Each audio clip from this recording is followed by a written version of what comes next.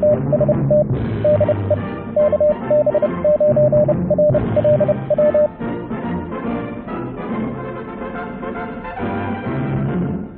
YouTubers and fellow hams. Well, this is the first in a series of videos on 3D printing and ham radio. I've been wanting to do this for a while. I wanted to get back into 3D printing for a while. A few years ago, several years ago, I built a 3D printer and had to sell it a couple of years ago, but now I'm going to get back into it, and we're going to talk about what you can do with 3D printing and ham radio, at least down the road. These first few videos, though, I wanted to address 3D printing in general.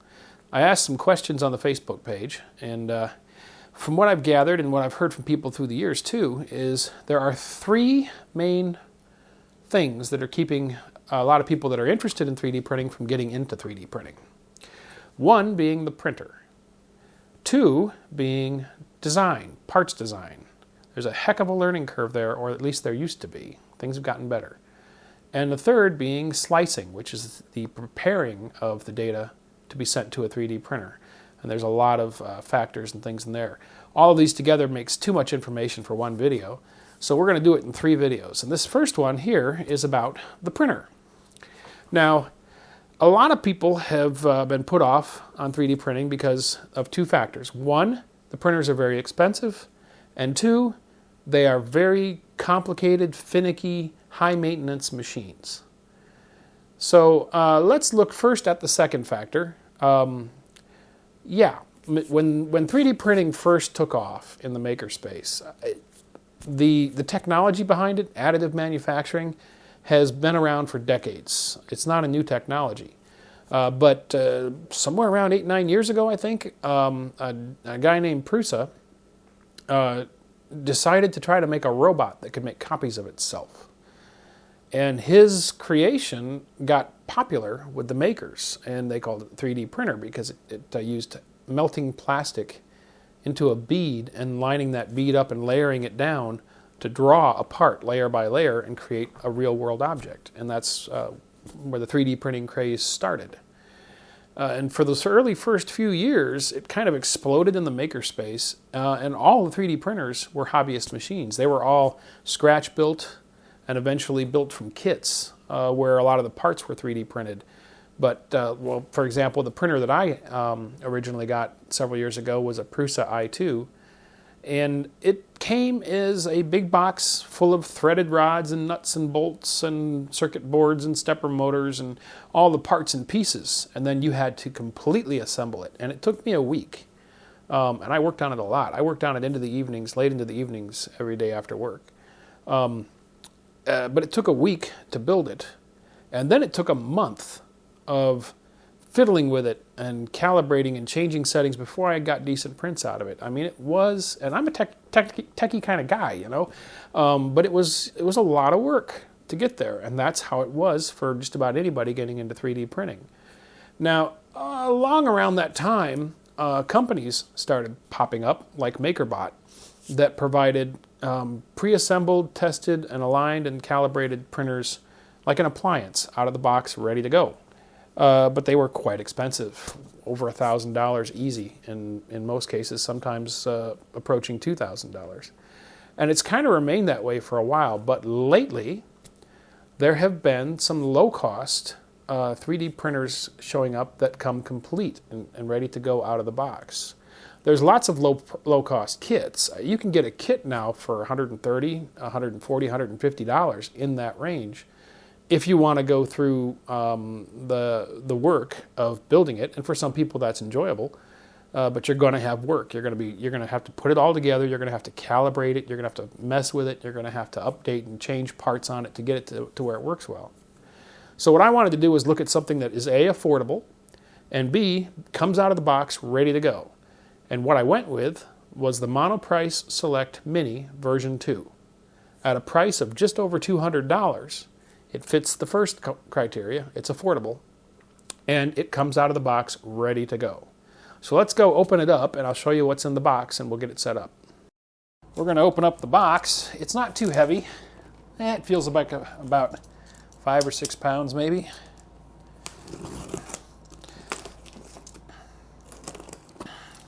I was very surprised at how quickly it got here. I ordered it yesterday, and here it is the end of the day. I'm missing my head, top of my head there. Let me just squat down. All right, inside the box we have another box.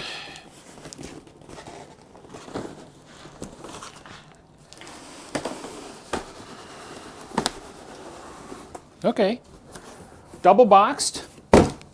That's good. Does it say which way is up? No. Plain brown box.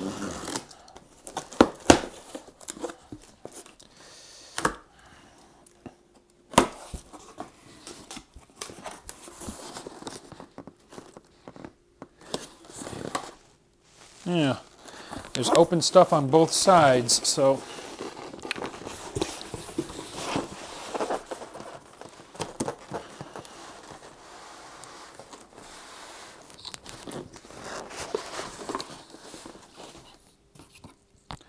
caught my mic cord. I'm really worried about dumping something out of here. Well, it looks like the styrofoam got a little dinged, but it did its job. Okay. There we go. Thank you for your order.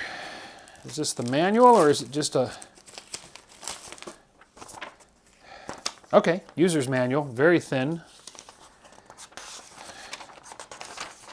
Really nice. It's 18 pages. Looks like quick setup.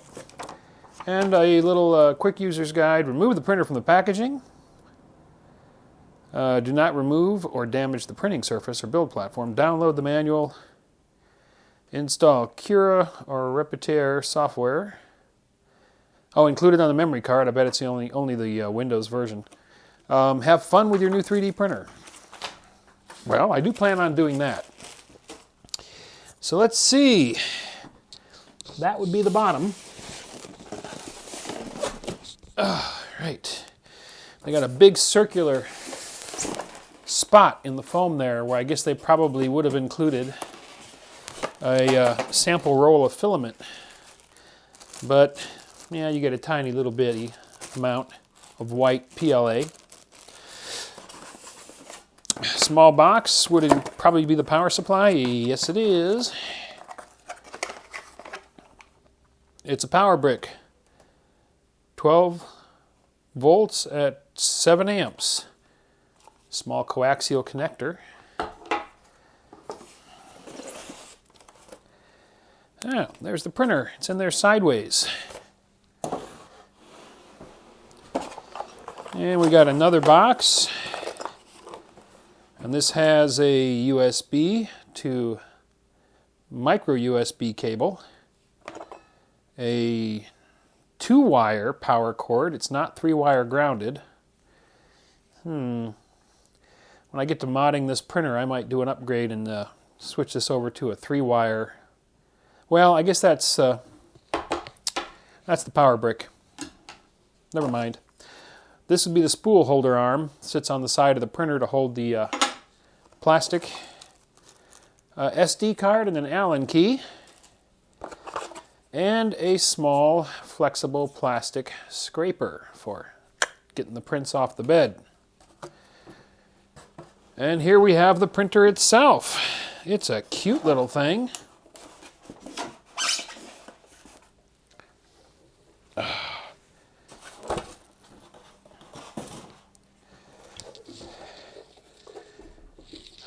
And there it is. As you can see, it's not even as wide as I am. It's not very big. 120 millimeter by 100 was it 100 by 100 by 120 millimeter, which is 10 by 10 by 12 centimeters build plate. There's the extruder up there. And we've got a little bit of packing, or a little bit of tape here that just is holding things in place so they don't move around during shipping. And that's it. It's all assembled. It's ready to go. All you really need to do is plug it in. The only adjustment that you have to make is bed leveling. Well, they call it leveling. It's not really leveling. You know, it's It's adjusting the bed so that the plane of the nozzle and the plane of the bed are parallel. If you took the nozzle to all four corners of its motion range and drew a flat plane, you want that plane to be perfectly parallel with the build surface. And when this is all the way down, you want it to be, I think, 2/10 or 4/10 of a millimeter off the surface. People use paper to do that. And I'll show you that. We'll walk through it. We'll walk through leveling the bed. That's the only adjustment that you should have to make to the hardware to be up and printing. So it's like an appliance. It's out of the box, ready to go. You don't have to build anything. You don't have to fiddle with too much. Just the bed leveling, and you're good to go. All right. So I mentioned that the one adjustment we're going to have to do is leveling the bed, which is adjusting the nozzle distance relative to the bed at all four corners so that the nozzle is the same, about 0.2 to 0.4 millimeters off the bed all the way across the build platform.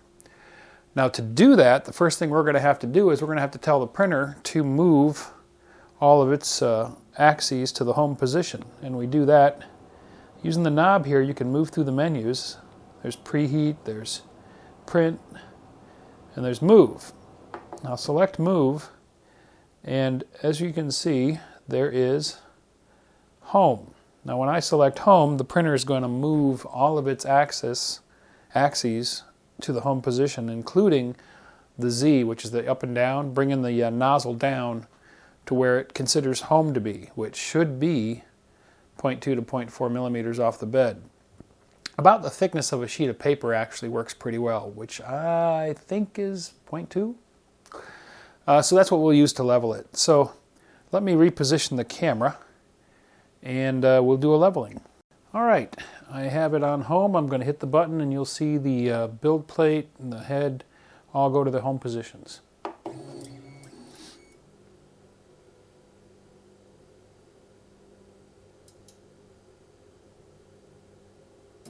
Okay, you heard that little click. That was the end stop on the Z. It's a little micro switch.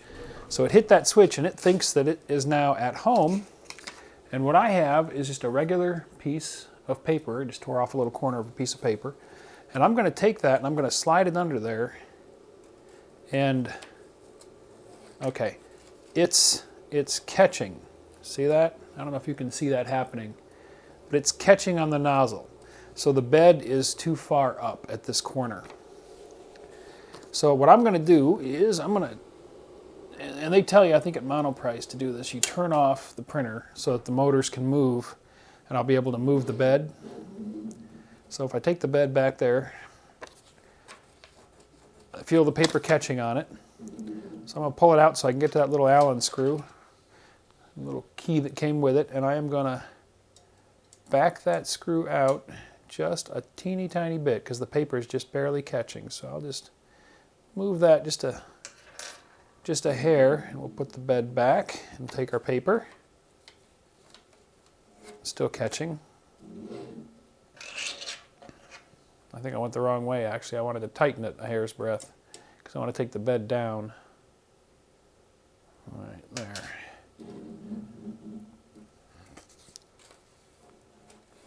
All right, it's still catching, but it slides under, so it's still just a tiny bit too high. So let me drop that down. Just a fraction of a turn. I'm turning it about 10 degrees. I mean, just a little bit. Put the bed back. I'm holding the paper really, really loose. I mean, so loose that the gravity will pull it down like that. And I can see where the head's still just catching it. See that? Just catching it, and it's turning in my fingers. So we'll pull that back out. And we'll turn it just another couple of degrees, just the tiniest bit.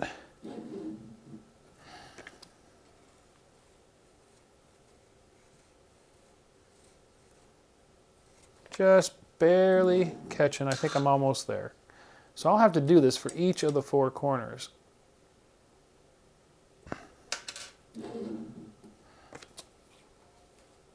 There we go. Now I can move it through there, and it only just... Yeah, well, it's still just catching it just a bit. I'm going to go just a tiny bit more. You want to get to the point where the paper just starts to pass through there freely. There we go. All right, and then I'm going to bring the bed all the way out to the other corner, and I'm going to check that corner.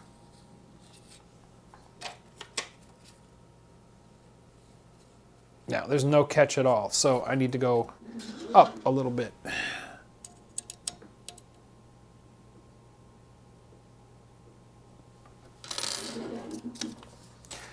It's really important to get this right.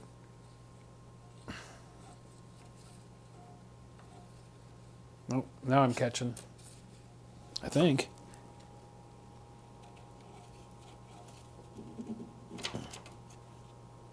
Yep, now it's catching, so I need to go back down just a little. This is the only adjustment you've got to do. And you'll probably have to revisit this every now and then. That feels right. Nope, still catching. Okay, we'll go down just a little bit more.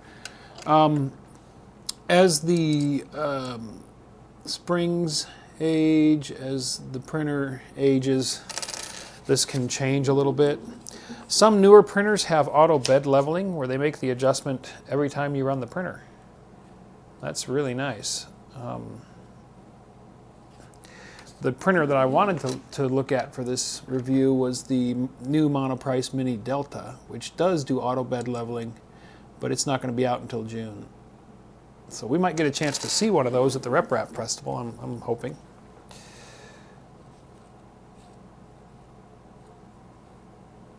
Almost there.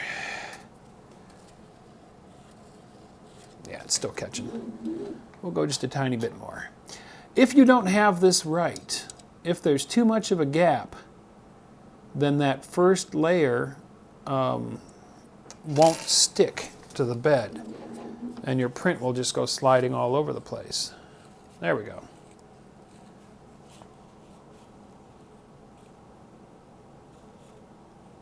Okay. All right, now I need to move the head all the way out to the other corner and do the other two. And after I've done all four, I'll come back and check and tweak the four corners. So that's bed leveling. And once that's done, we're ready to load up some filament and print. All right, now that I've leveled the bed, I'm ready to load some filament for my first print. Now the filament spool I've got sitting on the side of the machine, on the included spool holder. Let me adjust this on the camera so I can see what I'm doing. This is the extruder, and it's a Bowden style extruder, which means this, well, there's a little stepper motor here with a toothed gear, and this little lever that's spring-loaded has a bearing. And the filament's going to go in here, but pinched between the bearing and the toothed gear, and then it's going to go through this tube, this PTFE tube, which is a very slippery type of plastic that goes all the way down to the head, the nozzle. Now, before we can load filament, we have to preheat the nozzle so that it will melt when we load it in there. Oh, I also want to up the Z-axis a bit on the printer. I want to lift it up so I can see some filament coming out once I push it through. All right, so we've preheated the nozzle. For PLA plastic, which is probably what we're using, you're going to want to set it to about 190, 195. That's a good temperature. So when we push the filament through, you'll see it coming out of the nozzle when you reach the other end, because it'll melt and it'll go through. So I'm going to find the end of this filament here. There it is. And I have cut it so it's all nice and straight. It came off the spool with a little bend in it, but I cut it so it's nice and straight. And we're simply going to compress this to open that bearing up. And then we're going to put the filament in the hole and guide it right on through, and it goes right into the tube. Now I'll keep that compressed and I'll just push it through until I feel some resistance when I hit the nozzle.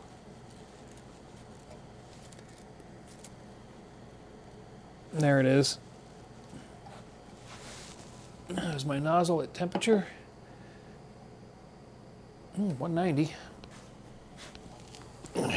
So if I push this, I should see.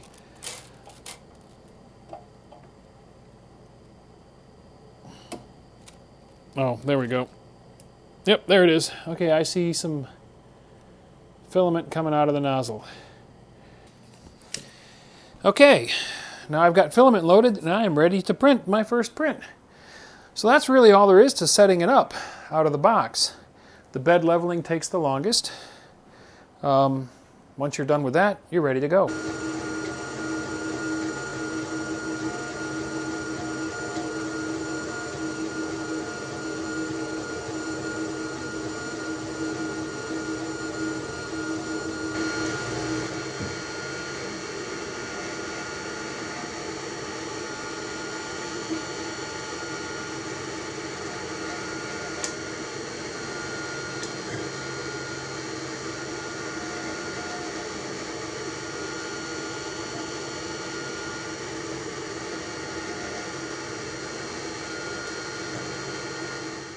Now something several of you might have caught right offhand is the build volume on this printer is pretty small, 12 centimeters cubed. Big enough to do a lot of little parts. For example, this this ball-in box that I printed out that I'm going to put my 9:1 in for the vertical antenna project fits on it just fine.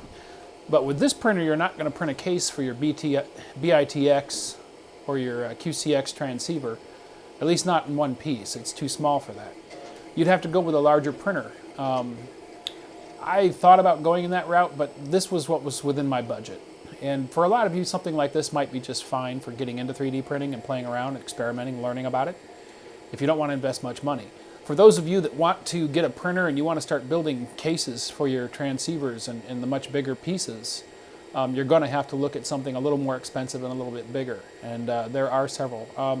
Monoprice has a Maker Select, which is, I'm not sure of the price. We have to look it up. I think it's somewhere between $300 and $400.